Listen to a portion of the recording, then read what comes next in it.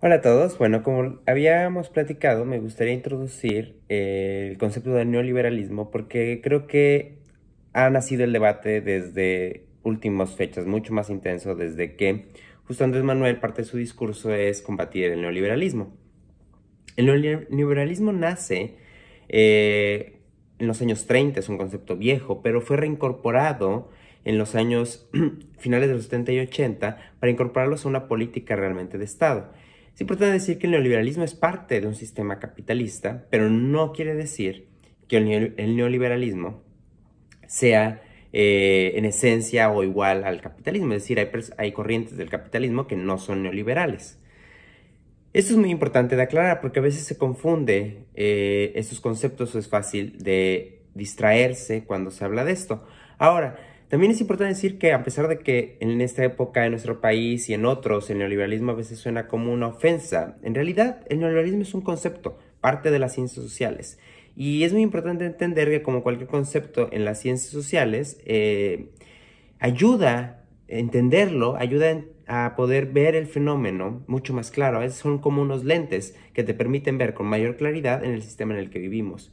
Así que decir que algo es que algo es neoliberal no basta ya, sino hay que muchas veces sustentar porque creemos bajo los principios de la definición del neoliberal está regido bajo ese patrón de ideas.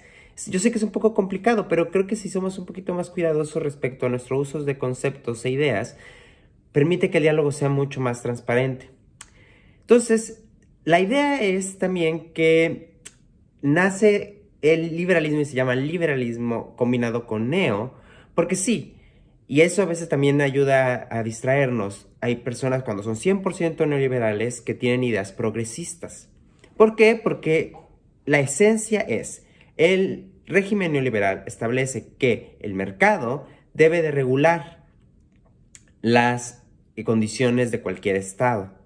Y el Estado, la figura del Estado, se encoge para dar paso a que el mercado se autorregule. Esa es la idea fundamental. Tengo un Estado que se reduce y el Estado es el que controla todas las demás condiciones. Y se basa en un principio donde esperamos que la competencia ayude a que todos pongan en su lugar. Esto, como lo hemos visto en nuestra experiencia de México, de Chile e incluso de Reino Unido, donde es la cuna del pensamiento neoliberal, falló, fracasó, no funciona así. Vemos que no tiene resultados y que tiene consecuencias sociales muy graves. El problema es que cómo se aplasta el Estado, cómo se reduce su potencial de tener cierto control. En el caso de Reino Unido, el Estado se redujo y dio paso con la austeridad. De hecho, en Reino Unido la izquierda siempre está asociado a no hablar sobre austeridad, porque eso es lo que ha traído que el neoliberalismo se distribuya. Y la otra, que es la más popular en México, es que el Estado se contrae, hay espacios por cubrir y son llenados por privatización.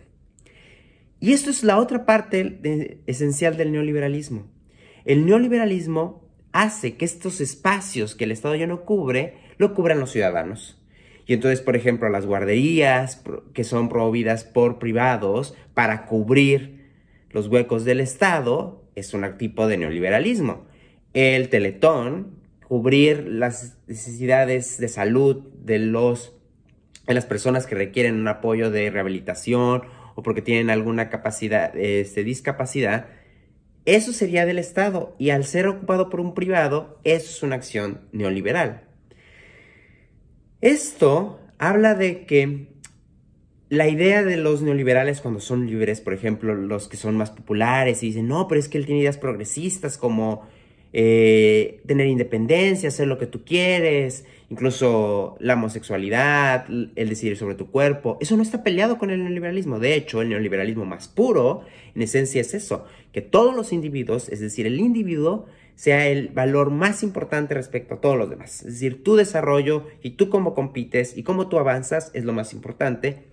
Y eso se demuestra que un Estado neoliberal deja atrás de sí las políticas sociales. Es decir, los derechos sociales quedan relegados por los derechos individuales. Y por eso es muy importante que tratemos de entender que, bueno, si alguien se quiere asumir como neoliberal, está bien, Pero los que, en mi caso, por ejemplo, yo no quiero asumirme con neoliberales porque estoy claramente en contra de que lo individual impere sobre lo social.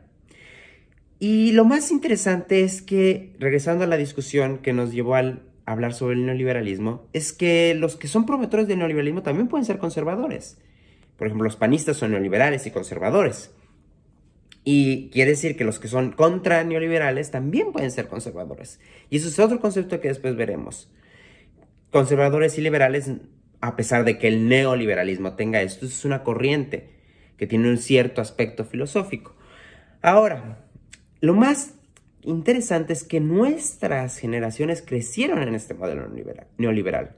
Y esto está impregnado, sin darnos cuenta, en la educación que recibimos y nuestra forma de pensar. Es decir, oh, quien puede esforzarse puede lograrlo. O lo más importante es que tú desarrolles, y justo también las escuelas que promueven las competencias,